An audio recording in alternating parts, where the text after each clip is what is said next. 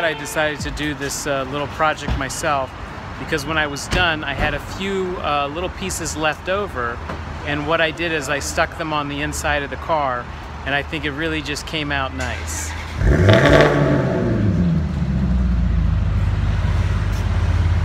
That of course is the Maz.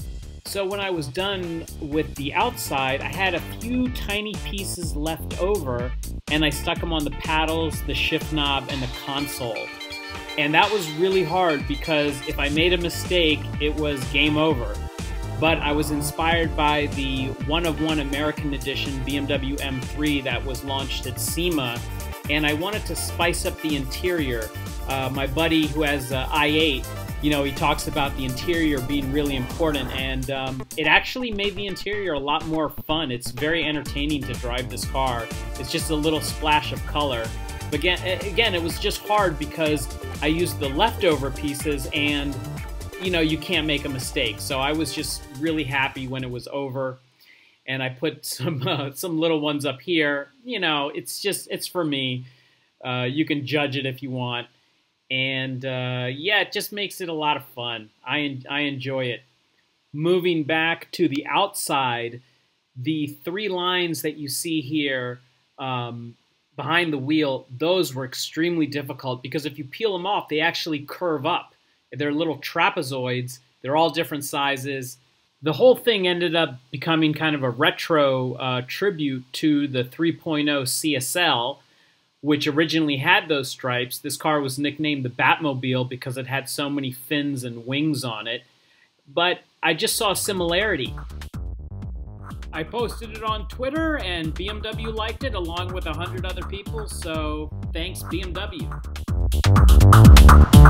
So I'm about to move my car because they need this spot, but I feel like I have to address the elephant in the room. Because somebody recently asked me, hey Ken, can you help me buy a BMW? I said, just get a silver one with a red leather interior. This is the car they bought. I'm the second owner. And when I first saw this car, I was a little bit perturbed because of the way it's optioned. And I just want to cover that really fast. And this is a 2015 428i. And here you can see it's got this M Sport package. Alloy, sports seats, suspension, steering wheel, blah, blah, blah.